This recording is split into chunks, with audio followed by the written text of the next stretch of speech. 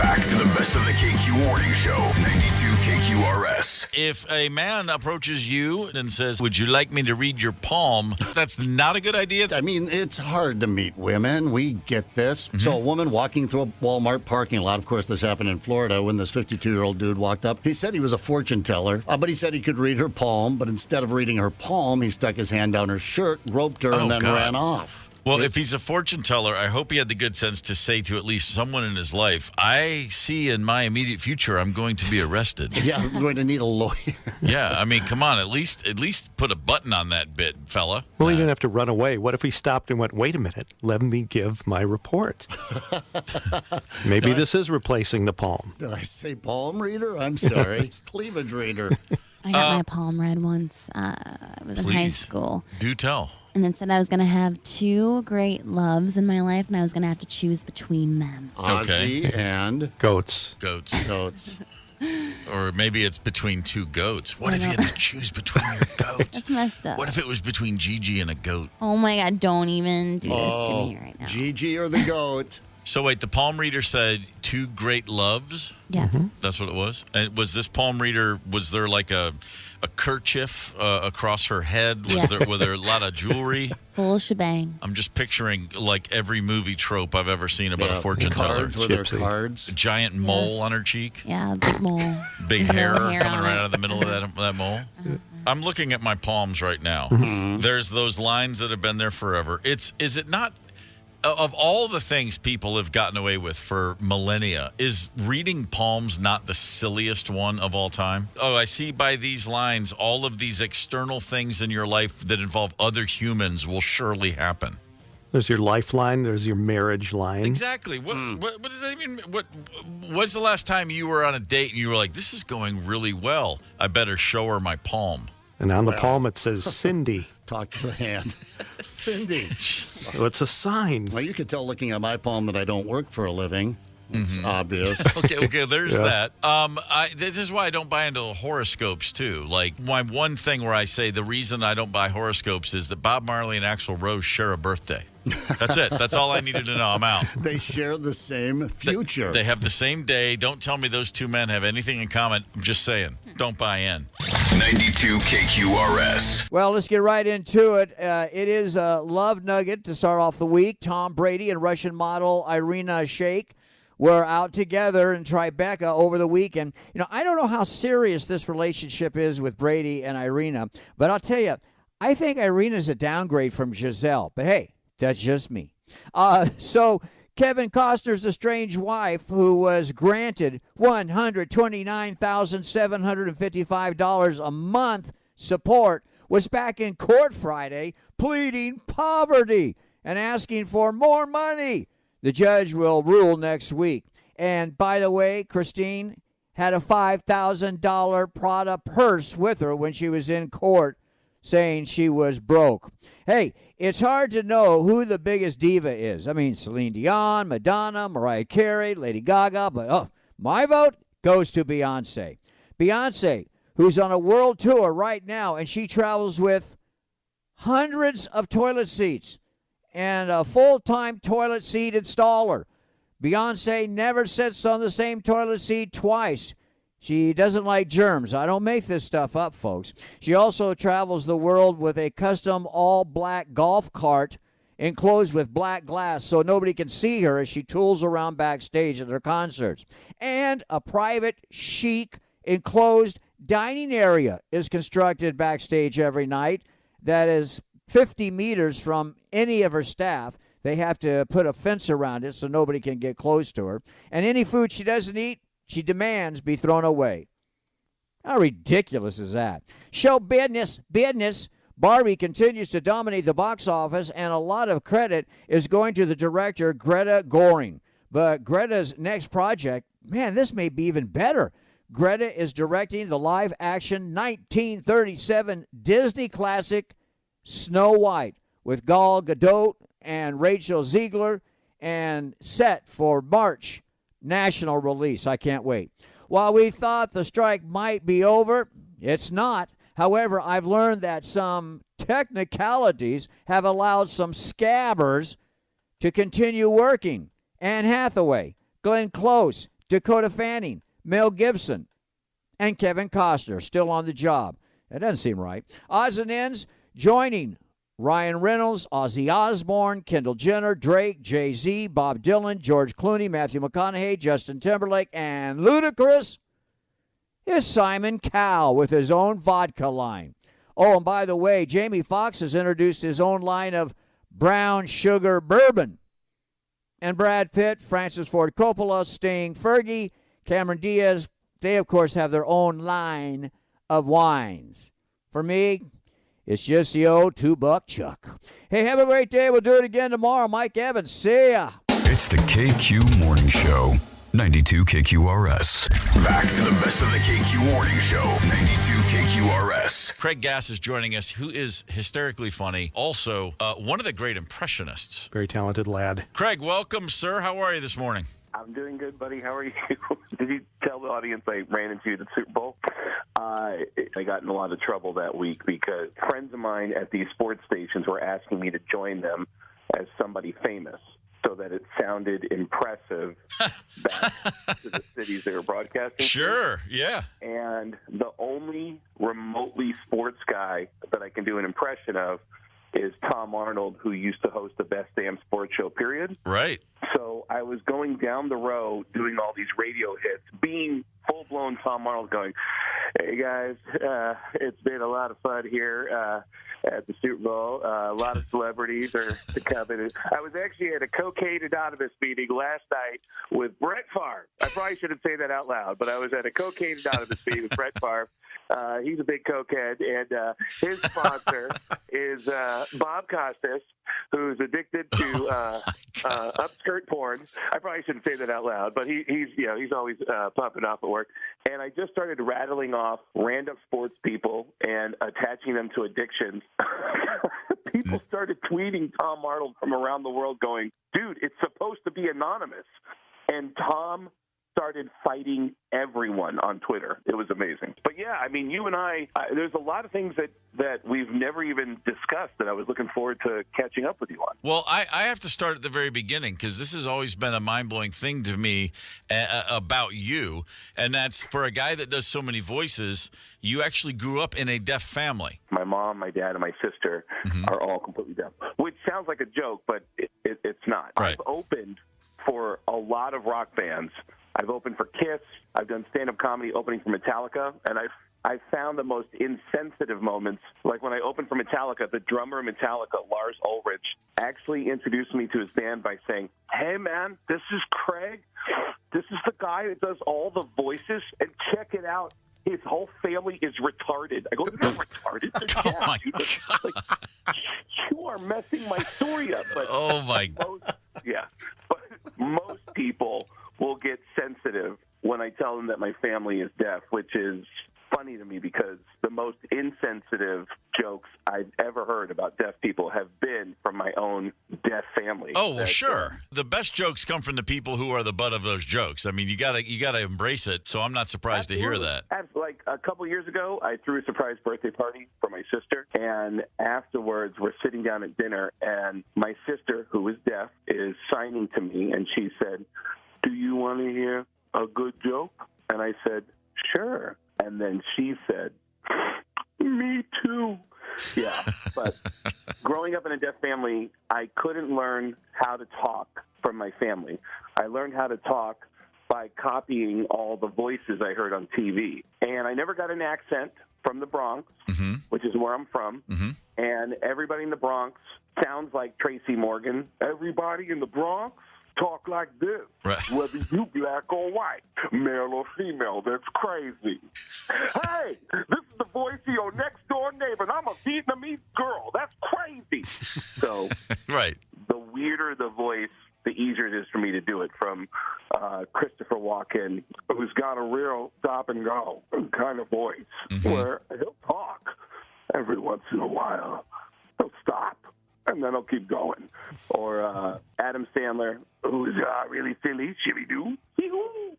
So it became a a superpower that I've been able to do. Craig, it's funny you just said that. I was thinking to myself 2 minutes ago, I was going to say, well, everybody always says, would you rather be able to fly or would you rather be able to be invisible? And I was like, man, this is a when the Tom Arnold story, that's a superpower you have. You can screw up people's lives who are thousands of miles away because you literally sound just like them. Yeah, and when we were teenagers trying to get out of the house to go out and party, I could call all of our parents and sound like one of our parents. Like it was. Oh, that's unreal. And let everybody know that everyone was going to be okay.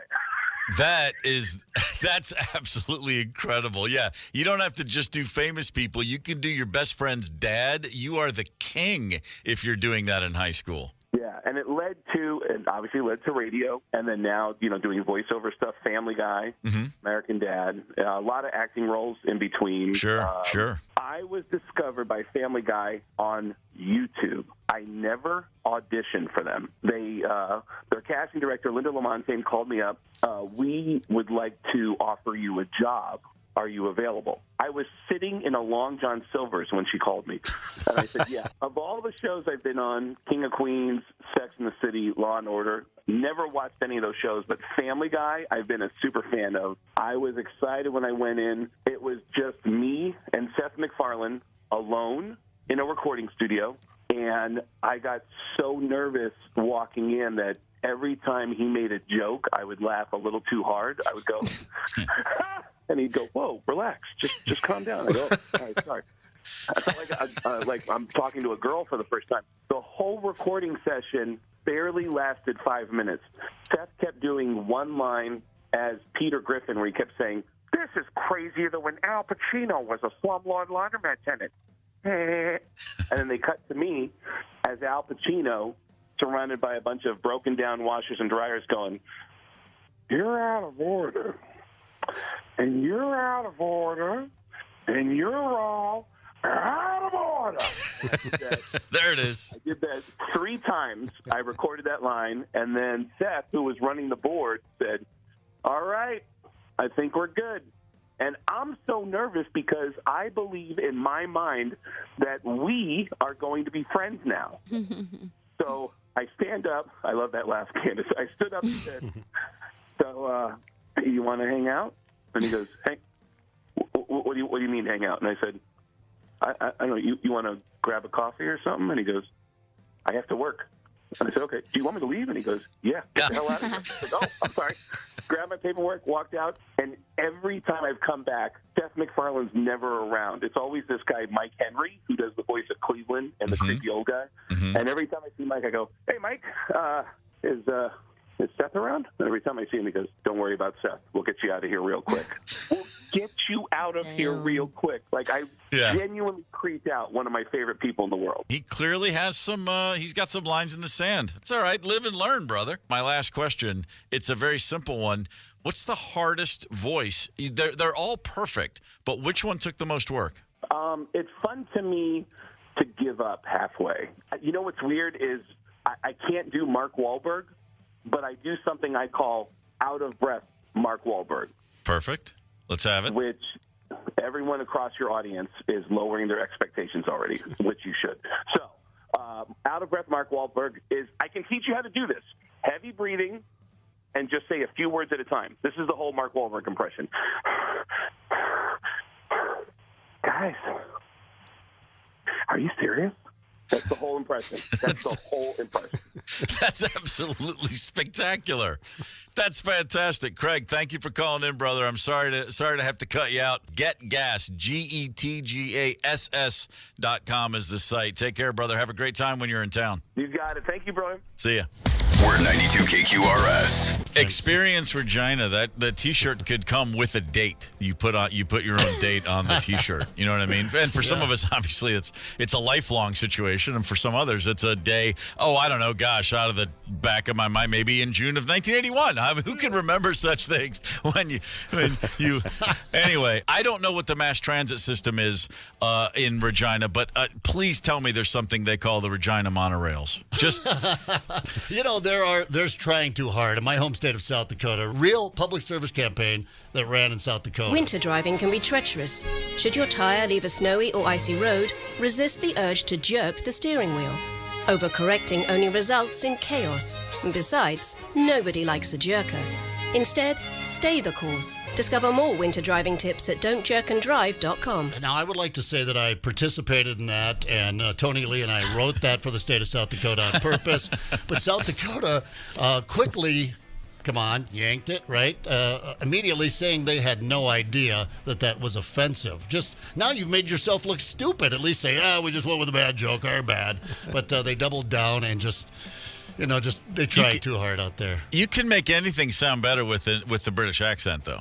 I mean, at least they had the good sense to put an English accent when you're going to say don't jerk and drive. Yeah. It sounds somehow far more palatable with that British accent. If you got a guy that sounds like George Martin, the producer of the Beatles, he can literally say anything and it'll make sense. I'm telling you, bring in the English guy. Nebraska, there's not much to do here, but we found it's a fascinating place to sit under a tree and contemplate the meaning of life. It's not for everyone, but it is for certain members of the aristocracy. Come to Regina, which makes you think of a muscular canal that extends from the vulva to the neck of the uterus. 92 KQRS. Back to the best of the KQ Morning Show. 92 KQRS. Whatever, man. Look, there's nothing to fight about. Music is our friend. Music helps everything. Well, I want to see a fight. I want to see you guys throw down. All right, fair enough. Put on the Anthrax and let's get to it. Candace and I will get right into the squared circle and we will fight to the death. I don't know. You put some heavy metal on for that young lady and you better... rope a dope, man. What about this music can make your medication work better? Simply put, it's just music's was always good for what ails you. Of course it does. That's what I think when I read this. Of course it does. Because I'm not kidding when I say music always helps me in whatever I'm dealing with. I'm sure you have seen all the photographs that they show the effect that music has on water, just the shapes and geometric patterns that it causes. Soothing music will make these beautiful, crystalline, incredible images. Sure. I know that a lot of surgeons, around the world, like when they're operating, when they're cooking, doing their job, they like to have music on. I have a playlist that I just named Make the World Go Away. And it's just a bunch of songs that I want to listen to when I don't want to lay there at night. It's just something's really nagging me. Hit the old Make the World Go Away playlist, and they're just tunes that I immediately check out and go to a happy place. I used to study to a band. They're from... Brainerd. Iceland, sorry. They're Icelandic. Same thing, Brainerd, Iceland. Yeah. But it would totally activate my brain and it would just make me just study. Yeah. And again, to the point we were making, anytime science says music actually helps X, Y, or Z, my answer is always, yeah, I know. When I was a kid, if you had told me, here's your St. Joseph's Children's aspirin for your little fever, Steve, which I could eat those things like candy. If somebody had said, you have to take some medicine now, go put on that Beatles record, I would have been like, yeah, fine, I don't care. Give me that cough syrup.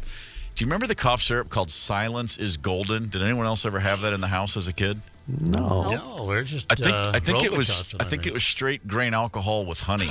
Yeah, because we used to take. It was called Silence is Golden. The label looked like old timey 20s writing, and my mom would put a spoon of that in your mouth. And I think literally it'd be like tomorrow. You'd wake up and go, "Was that absinthe, Mom? What the hell were you just giving us?" Robitussin gives me like hallucinogenic dreams. Oh sure. Yeah. My brother and I, Doug was actually grilled once. Did you take some of the children's aspirin? He's like, no, of course not. And he looked at me and was like, I'd had about 6 of those bad boys, because just looking right at my parents and lying through his teeth about it, looking at me and giving me the nod. And I was like, yeah, he's the coolest guy in the world. It's the KQ Morning Show, 92 KQRS. Hi, I was in your store. I'm home now, and I'm naked, and I'm thinking about you. You're what? I'm completely nude, and I'm thinking about you. I've been thinking about you, too. Hi, I was in your store. I'm home now. I'm naked, and I'm thinking about you. So, pal, what kind of other problems do you have? Hello? Hi, I was in your store earlier. Yes. and I'm home now. I'm naked and I'm thinking about you. For what? I'm completely nude. So what should I do? Should I start up thinking about you too? Sorry for that. Don't say like that, okay?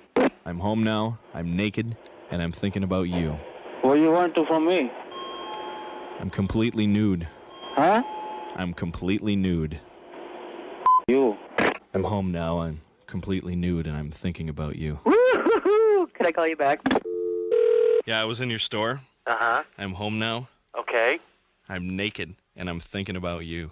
Oh, I'm nude. Well, that's pretty. I'm nude. I'm nude. Naked. Shazam! All right, then. Uh-huh. I'm naked and I'm thinking about you. I'm sorry? Naked. Well, you need to see doctor. I was in your store earlier. Uh-huh. I'm home now Uh-huh. and I'm naked and I'm thinking about you. Hold on, please. Thank you. Must be sick. Uh-huh. I'm home now and I'm naked and I'm thinking about you. No, you're not. I don't have anything funny to say today. I'm just in a terrible mood. Okay, thanks. Are you going to call back? I'm home now. I'm naked. Oh, cut it out. I don't want to do this. Hi, I was in your store earlier. Yes, sir. I'm home now Yes, sir. and I'm naked and I'm thinking about you. Are you really? Naked. Well, what you want me to do about it? Put your clothes on and come back. Who is this? You better keep your mouth shut. Such a fine line between stupid and clever. This is Minnesota's classic rock, 92 KQRS. Steve, see if you can relate to these next couple of items. While everybody is raving about Jay-Z and Beyonce's $200 million Malibu home, I was much more impressed about Jeff Bezos' $500 million 240-foot yacht. Yeah, I can't say that either one of those stories is moving the needle with me personally. No. $200 million home? I hadn't even heard about that one. And the $500 million yacht. Wow. Yeah. And finally, speaking of ridiculously expensive, the Drury Beer Garden in Philadelphia is now serving what they call the Gold Standard Burger. It is with 5 Wagyu beef, caviar, Louis XII cognac, and a very rare Manuka honey. Mm-hmm. The burger, Steve, sells for $700. Oh, I heard about it. It's called the micro penis burger, right? The best of the KQ Morning Show. You know, you can look at your parents and go, hey, thanks for that, or thanks for not giving me that, which, you know, is interesting. Your parents will give you a lot of information. Some things they're very happy to tell you about, like how they met. I met your mother in 5th grade. I heard that story my whole life. One thing my parents never told me was where or how or what the context was for my conception. Oh. And in fact, I never thought to ask. I don't think I want to know. And I say this because in Illinois the other day, there's an Oasis, a rest stop. And Illinois closed down this highway rest stop because they're going to do some road expansions. And a 21-year-old dude chained himself to the front doors so that the wrecking ball would not swing. So, okay, you know, you see people chaining themselves to a redwood tree. Yeah. Or you see people like chaining themselves to a public library. He chained himself to a rest area off the highway in Illinois. He said, you don't understand. You can't knock down this rest area. This is where I was conceived. His parents, in the summer of 2001, after attending a Genesis concert in Chicago on the way back to wherever they lived, couldn't wait. They had to pull over. They had to get to know each other all over again at a rest area, and that is where the magic happened. And so this kid is literally saying, this is a sacred spot for my whole family. This is the place I was conceived. I'm trying to forget the moment that I found out. Yeah, most of us that accidentally came across that information are trying desperately not to think about that information, let alone, make your stand based on that. My mom did not start drinking until later in life. And some years ago, less than 10 years ago at Christmas, with all the little kids running around, mom's into the wine in the kitchen there a little bit. But I can hear her from across the room. Well, Brian was conceived in a Catholic church parking lot. Your dad and I went out on a date, and we were driving back, and we couldn't wait any longer, and we whipped into the first parking lot as Catholic church, and my feet went up on the dash, and I went, Mom! Oh, she got that detailed? That detailed. I was like, Mom! So, Tony, you don't know. I mean, your parents were all proper about it. They never suggested to you where you were conceived. Well, there was mention of a stork, and I just leave it at that. I don't know what the question is. That was Larry Stork. That's a whole Larry different Stork, thing. yes, he delivered milk. Oh, my gosh. I'm so glad to know. And here's what I've come up with. Boys and girls, I was conceived on consecrated ground. I don't know where you guys are heading to the afterlife, but I'm skipping the line. I'm probably got a seat at the head table, trying to look at the glass half full there. And Mom is limber. Oh, Jesus. Anyone else? No, I have no clue. I guarantee you my parents don't even know because I was the 8th kid, and I don't think they were keeping up with too much of anything at that point. It was like if they could, so I don't know, maybe Thanksgiving was pretty extra special that year. I don't, Sun and Thanksgiving of 1964, the turkey was a little more moist than normal, and well, I don't know, there was something about that white wine at the table. 92 KQRS. I was a mess the whole next day, and I thought, okay, I got to tap out. I have served in the Taco Bell Army dutifully since the late 70s. I clearly it's time for a change. See, I never regret diarrhea. There's your T-shirt. I never regret diarrhea. Candace, can you say that again, but a little lower, a little softer? Drop the music. I never. I can't do it. Oh, I yes, can't do you stuff can. like Come on, that. you were so close. No. Come on. I can't do it. I'm not going to do it. Taste it and enjoy. All right, I'll say it. Candace never regrets diarrhea. I never regret diarrhea. You always feel like you're losing weight then, don't you? You're like, this is good. Get it out of me. Right. I need it longer. More of it. Yeah, please. I recommend drinking fresh stream water out of northern Minnesota, where there's a heavy deer up north, population. okay. Nice, yeah. There are lots of parasites. Oh, you'll have your opportunities. Yeah, right, exactly. You'll shed some weight. Don't worry about that. You'll be bothing. You know, the old bothing, I think is what we call it when you're on the toilet with the trash can and you're bothing. Yeah, 2 lines, no waiting. Yeah, no doubt. I've never had a job that required some really bizarre protocol. I've never had the kind of job where there were rules where I looked at them and went, wait, what? This show, job 1 is don't cuss. Don't get the FCC mad at you. Job 2 is, have a good time with my friends. Not really a job, honestly. I worked at a fashion outlet called Pants Plus, and you absolutely yes, in Midway in St. Paul, it was awesome. Pants Plus, yes, yeah. You absolutely could not let anyone walk out the door without buying something. You had to pass them to another salesperson. No one could walk. No pressure. You weren't successful at getting the right pair of pants to this guy's hands, but you figured, let me. My friend Kelly over here might be. Right. Chuck is an expert in dress pants, polyester with no pocket. Why don't you, Chuck, do you have a second? And then you'd pass him on. Pants Plus. And he'd close them every time. He was a master. There were people talking about him. It's kind of, what are those, parachute pants? Yeah, they are. They're pretty cool. I saw them on Saturday Night Live, so I went out and bought a pair. A guy named Chuck closed the deal. Man, I couldn't get away from him. By the end of the day, I bought 3 pair. Man, I like the idea of Chuck at Pants Plus. It's like the stereo salesman in Fast Times at Ridgemont High. He's the guy in the mall all the girls are into. Oh, Pants Plus, Chuck. Oh, yeah. He's got those wings, that haircut. Those wings are set up just nice. He's got the T-tops and that Camaro. Come on, man. Yeah, this is why people shop online now. That's fantastic. Here's another crazy rule, but I never realized this was really a thing. If you've seen the movie Airplane, and I mean, honestly, if you haven't, what are you doing? The pilot and the co-pilot on a flight, major airlines right now, it's not in the rule book, but it's heavily suggested, and basically it's one of those superstitions. The pilot and the co-pilot never have the same meal. They don't eat the same thing. Yeah.